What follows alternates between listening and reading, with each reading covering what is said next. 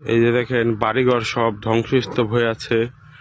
আমরা এখানে এই যে কাজ করছি, এই যে রাব্বি তাকাও, এই যে ইমতিয়াজ ভাই, রাহেন ভাই, টাকা দিকে রাহেন ভাই, ওই খারুল ভাই,